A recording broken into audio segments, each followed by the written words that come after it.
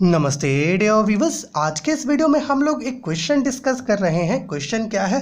Question ये है मेरे प्यारे व्यूअर्स कि why parallel resonance circuit is called ejector circuit. Okay, जो पैरेलल रेजोनेंट सर्किट है मेरे प्यारे व्यूअर्स, इसको हम लोग रिजेक्टर सर्किट क्यों कहते हैं? देखिए, यहाँ पर एक प्रॉपर आंसर हम लोग लिखे हैं, इसको समझते हैं। उसके पहले थोड़ा यहाँ पर ध्यान दीजिए। ये एक सर्किट हम लोग लिए हैं जहाँ पर आपका इंडक्टर और रजिस्टर एक ब्रांच में कनेक्टेड है और दूसरे ब्रांच लाइन में हम लोग क्या किए, कैपेसिटर लिए हैं जिसका कैपेसिटेंस C है। ये जो सर्किट है, ये सर्किट है आपका पैरेलल LCR सर्किट का। और जब हम लोग रेजोनेंस फ्रीक्वेंसी की बात करेंगे तो ये सर्किट बन जाएगा पैरेलल रेजोनेंट सर्किट। ओके, अब देखो, पैरेलल रेजोनेंट सर्किट में प्यारे व्यूअर्स होता क्या है कि जो इम्पीडेंस होता है ना एट रेजोनेंस, ठीक है, एट रेजोनेंस, जब हम लोग रेजोनेंस की बात करते हैं तो रेजोनेंस पर इस सर्किट का जो इम्पीडेंस होगा वो आपका इक्वल होता है L/CR से। और इस इम्पीडेंस को हम लोग कहते हैं डायनामिक रेजिस्टेंस। क्या कहते हैं? डायनामिक रेजिस्टेंस कहते हैं। ओके, कहने का अर्थ ये है मेरे प्यारे व्यूअर्स कि आपका जो इम्पीडेंस है ना वो ब्रांच लाइन के रेजिस्टेंस पर इन्वर्सली प्रोपोर्शनल है। मतलब कि अगर सर्किट का रेजिस्टेंस लो हुआ, ओके, सर्किट का रेजिस्टेंस लो हुआ तो ऑटोमेटिकली इम्पीडेंस क्या होगा? हाई होगा। और इम्पीडेंस हाई होगा इसका मतलब क्या है कि जो करंट फ्लो करेगा सर्किट में वो लो फ्लो करेगा।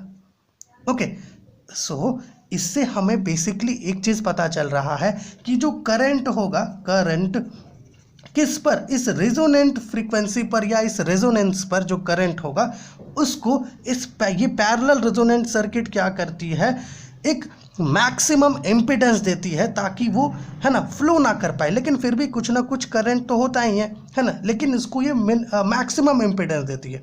और जो अदर फ्रीक्वेंसीज है उसको वो मिनिमम इम्पीडेंस प्रोवाइड करवाती है। ओके, इसकी वजह से ये पैरेलल रेजोनेंट सर्किट जो है एक पर्टिकुलर फ्रीक्वेंसी के करंट को क्या कर रही है? रिजेक्ट कर रही है, सप्रेस कर रही है, या यूं कहो फिल्टर कर रही है अदर फ्रीक्वेंसीज से। ओके, इसकी वजह से इसको हम लोग क्या कहते हैं? रिजेक्टर सर्किट कहते हैं। ठीक है, समझ पा रहे हैं ना?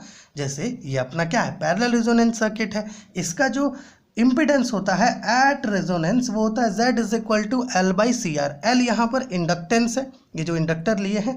C आपका कैपेसिटेंस है, इस कैपेसिटर का। R आपका रेजिस्टेंस है जो यहाँ हम लोग लिए हुए हैं। ठीक है, ये जो पूरा है ना, ये जो इम्पीडेंस है Z=L/CR, इसको कहते हैं डायनामिक रेजिस्टेंस। ठीक है, ओके, अब इसको देखते हुए हमें ये पता चल रहा है कि अपना जो Z है ना वो R पर क्या होता है? इन्वर्सली प्रोपोर्शनल होता है। और ये जो सर्किट है यहाँ पर, इसका जो रेजिस्टेंस है वो लगभग कम ही रखा जाता है। तो जब आपका रेजिस्टेंस लो होगा तो इम्पीडेंस क्या होगा? सर्किट का हाई हो जाएगा। अगर इम्पीडेंस हाई होगा तो आपका करंट भी लो होगा, है ना, करंट क्या होगा? लो होगा। ओके, तो जब आपका प्यारे व्यूअर्स करंट लो होगा रेजोनेंस पर या रेजोनेंट फ्रीक्वेंसी पर, ओके, मतलब ये है कि पैरेलल रेजोनेंट सर्किट उसको एक्सेप्ट नहीं कर रही है। ओके, सप्रेस कर रही है, उसको रिजेक्ट करने का कोशिश कर रही है। ठीक है, जैसे यहाँ हम लोग लिखे हैं, a parallel resonance circuit has maximum impedance at resonance and does not allow a frequency equal to the natural frequency of the circuit.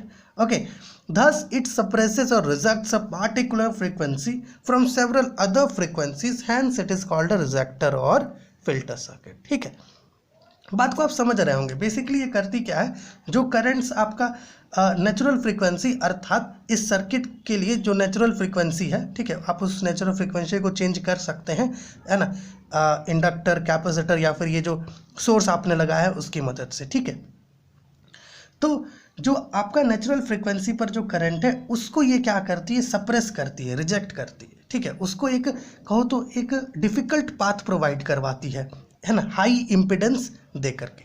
ठीक है, तो होप ये वीडियो हेल्पफुल हुआ होगा आपको। चलिए मिलते हैं आपसे अगले वीडियो में।